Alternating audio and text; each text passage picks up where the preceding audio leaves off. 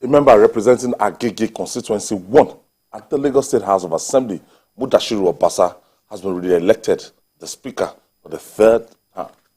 Obasa, who was nominated by Temitope Adewale representing Ifako-Ijaiye Constituency 1, emerged as the Speaker of the 10th Assembly shortly after Governor Sanwo-Olu proclaimed the Assembly open. Lagos Assembly with other House of Assemblies around the country, most of them opened yesterday and some opening today, but the return of Right Honorable Mudashiru Obasa, Agege 1 constituency, is of note today. Yes, Mudashiru Obasa is a history maker. This is unprecedented, and it shows the level of love that his people have for him. I was at his 50th birthday and I saw that love, demonstrated in bold relief. There is no doubt about it that, yes, he may not be the oldest in the house. So many of them older than him, but it's not. It's not by age. It's not by age. It is by grace. It has pleased God to make him the leader, and his people clearly like his leadership. Otherwise, he won't be so unanimously elected. It's not easy to be Speaker of Lagos State, not to talk of to be Speaker again and again and again. So there's something about him. Something about him. By the time you complete this tenure, you make 12 years as Speaker. As Speaker. What time? The legislative arm of government is different. It's not like the executive that's just 2 terms. You could go on and on. The more you go, for as long as you want. Voters permit him. Yes, you can. First among equals.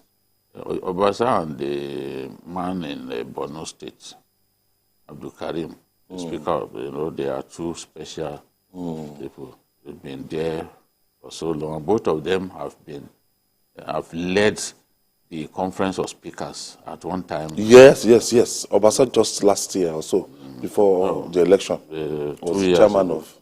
I think 2 years ago, or even 3 years ago. It's been there sometime.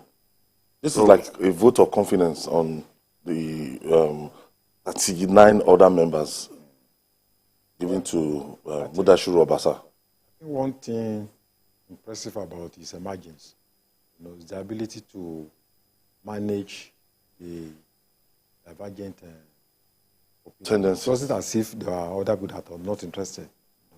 There are other people, but ability to, horse trading, to manage the differences and also to agree, have a common ground.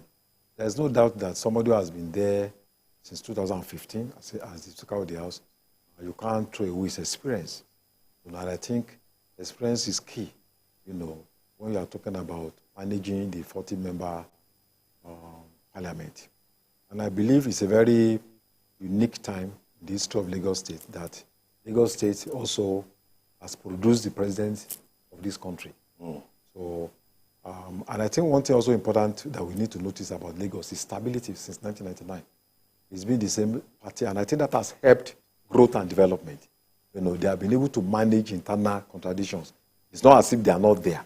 The ability to resolve them, I think is a key issue. We have never had a period where there is outburst of disagreement between the executive and the legislative. So I think that is a plus to them. And I believe we will continue, with this kind of managerial skill in the next 4 years, which I think will help growth, the stability and development of Lagos State. Jude, the final thing I find amazing about leaders in Lagos State, especially from the Speaker to the Deputy Governor and the Governor, is accessibility. Humble and accessible. This guy, anywhere I see Mudashiru Obasa, is very accessible. He's not somebody that goes around with ears around him. Very down to earth, humble. He's had a humble beginning. For those who knew him, or know him very well, he was a councillor. He rose from being a councillor to become grassroots. A member. Yes, I remember in those days where I used to work when his posters were being printed as a councillor. So Councillor, He you know has to tell how yes, legislature are the yes, he's a trained lawyer, but he started as a councillor, and from being a councillor, you can see where he is today. And as it's often said, it's God that gives people power. So it has pleased God to place him where he is, and he has found a way, you know, to juggle things, you know, using street wisdom to manage easily the best House of Assembly in Nigeria. You know, most vibrant. Yes, managing them in a manner that their quarrels don't always blow open.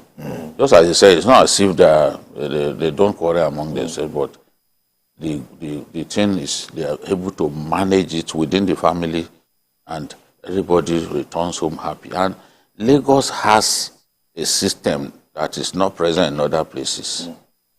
The Governor's Advisory Council, GSC. you know, They are just adopting it in other they states. stepped in. They stepped in and said, look, we have adopted Obasa as Speaker again. And a few days after they said so, look at what happened. He got re-elected. You know, so those old men have a strong voice.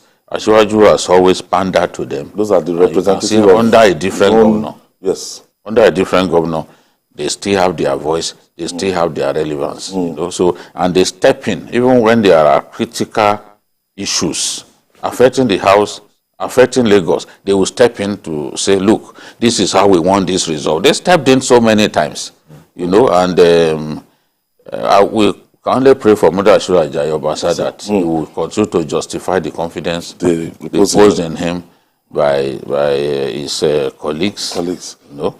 I want to say congratulations to Right Honorable Mudashiru Obasa, that is from Honorable Olorunibe Mamora in 1999 down to Joko Tola Pelumi, and from Joko Tola Pelumi to the Adeyemi Ikuforiji. Now we have Mudashiru Obasa as the third, you know, as the Speaker of the Lagos House of Assembly to speak on for the third time Speaker. Moving on now, like an idea whose